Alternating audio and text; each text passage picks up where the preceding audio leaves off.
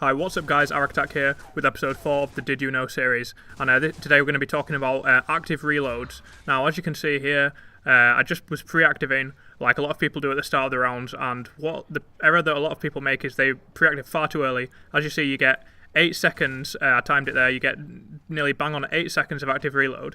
And what you don't want to do is, first of all, you don't want to be slow like this. A lot of people walk along and they active their Lancer or Nasher, and then they straight away get a pre-active, and then they run towards the battlefield, and I've sped it up, but as you see, I'm already out of active by the time I get ready to the place where you're going to meet the enemy. So what you want to do is you want to hold down the right trigger, and you want to snap to cover as you're running, and then snap straight off, all the while holding the right trigger. And that way the gun will automatically fire, and then you want to save up and only reload when you get closer. So here I'm at the position where you'd engage, and I've still got a good few, 5 seconds maybe, of active, and it's the same with the Nasher. So you roll to change weapon, get out your Nasher, hold down the right trigger, and then you just snap to cover and get off cover again, and it automatically fires, and that's the easiest way and the fastest way, because the start of the round are all about speed. So you want to get there before the enemy, and then you get there with active. So for changing your weapon, I see a lot of people doing that, they just stop and change, but the fastest way is to either roll or snap to cover. So here's the rolling method. You see, you pre-select your weapon. If you want to throw smoke, you roll, then you throw, and then you can roll again and change back, and that gets you to the place as fast as possible.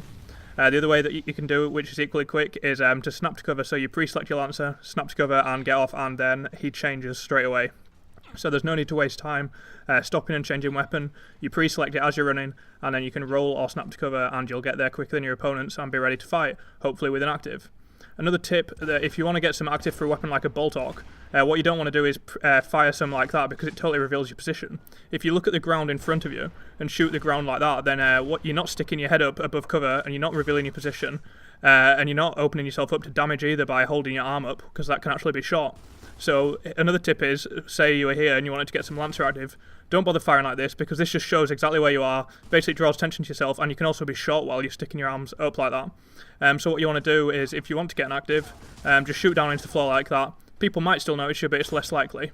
Another tip is, you've got to save your actives.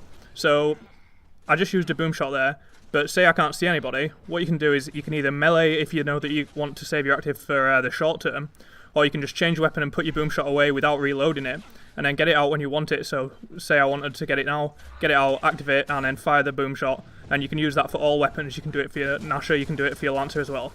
Now something that I always see people doing is, they pre-active like this. Say they're standing here on blood drive, they get an active, and then they're waiting to fire at someone, but nobody comes down for a few seconds, so the active goes, 8 seconds later, the active runs out.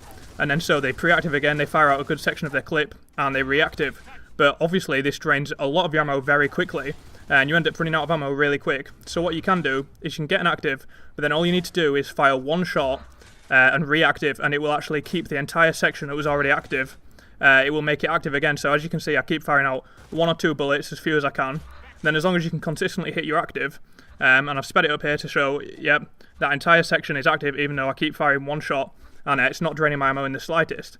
And what this does is, when you need your active, so when someone rushes you or something, you've still got that full section of active that you first did, and as you can see here, so say I emptied my clip on my Lancer and I saved it, and I get a full clip of active, so I saved that from an earlier battle. Then all you have to do is pop off 1 little shot, and the entire clip stays active, just basically for as long as you can keep doing it. The other thing you can do is try and be smart about your active. So pretend we're having a Nasher battle with someone here, I'm chasing him, and there I just killed him, let's say. So instead of activating straight away for no reason and reloading, just change weapon. And so now I've got those empty shells in there, and we're fighting someone down here, let's say, and he's coming towards me. So you switch to Nasher, and now you reload. So now you've got 8 seconds of active ready to fight some guy who won't be expecting you to have an active. So there's no need to change straight away. And hey, I'm showing you can do the thing with the Nasher as well, where you keep an entire clip of active just by shooting 1 bullet out like this, and then reloading the 1 actually reactives all the ones that were previously active. So yeah, just you don't need to active reload straight away after a battle necessarily. You've just got to be aware of your situation. Obviously, if you want to practice your actives, this is a good technique that you can do to test whether you're consistent enough or not. Basically, just hold the TACCOM down while you're reloading, so that you can't see the thing, and then you'll be able to tell whether you'll be able to do it just purely by feel, because during a battle you definitely don't want to have to be looking up at the active bar, and also you don't want to be missing it. So if you can do it without looking by holding the TACCOM, then you know you're on the right track. Another thing people like to do is push you when you've jammed your gun. So if you listen to Kim here, on! as you heard, you can hear him scream as he jams his gun, and he gets angry, and people like to push you when you're doing that. But what you can do is fake jam your gun. So in this case, you're gonna hear the noise. Come on! There, and he said come on there, but he was ready to fire straight away. And this can be used to fake out your opponents by jamming your gun right at the very end of the reload, like you saw I did there. So just look up at the top. Here we go. If you wait to the very end, there, your guy will make a noise, but you'll be ready to fire, and that can fake them out. Now, as for the individual weapons, you have to be aware when you're using the torque bow that when you're charging the torque bow up normally, you get over 6 seconds to fire it. But when you're firing it when you've got an active reload, you get less time than that, you get about 5 seconds. So be aware that the torque bow will auto-release quicker when you've got an active reload. Another good thing to note about the torque's active reload is that the torque barely does any damage if you fire it into the floor or a wall when it's not active. But when it's active, it can easily kill someone. So make sure you get your active torques and fire that into the wall.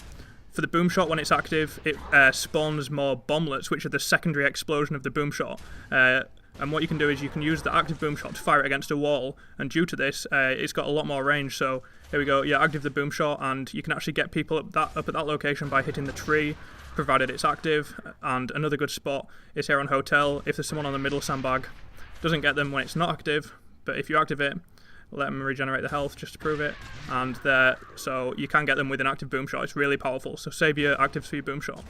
For the bolt torque, what it does is it multiplies the rate of fire by 2, so it fires twice as quickly. And with the bolt torque having a 2-shot headshot, even though it doesn't do any more damage when active, you can just basically snipe people with it by aiming a little bit under their face with the first shot, and then quickly popping off 2 shots. Now the Scorcher active's a bit strange. It does a lot of more damage, but it also gets a range increase. So you can see I was barely hurting the person there, and then there we go. With the active, it kills them instantly, even from range. The Gorgon gets a 1.2 multiplier with active, which is quite good, although the Gorgon's obviously not used very much. The Sniper does get a small active boost, 1.1, but that obviously could make the difference between it being, however many snub shots you put in the person if you miss your headshot and then you switch to your snub, so an active snipe still does make a difference. The Digger, on the other hand, doesn't get any active boost whatsoever. It doesn't go faster through the ground, it doesn't have a bigger radius or anything like that. So in the heat of battle, you might not even want to bother activating the Digger. The Snub's active is extremely powerful, 1.2, and combined with the headshot multiplier, that means that it's only 4 active headshots to down someone. So try and get headshots with the Snub and you'll be pleasantly surprised. The Nash's active multiplier is 1.2, but the big deal is it kind of changes the one-shot down range, so you can see you can one-shot down someone with an active, where without an active, as you'll see here, it's normally a 2-shot down. So obviously that's quite a big difference, and the gib range is increased and everything like that. Nash's active is extremely powerful. The Lancer's active is the most powerful out of all the rifles, gets the biggest boost, that is.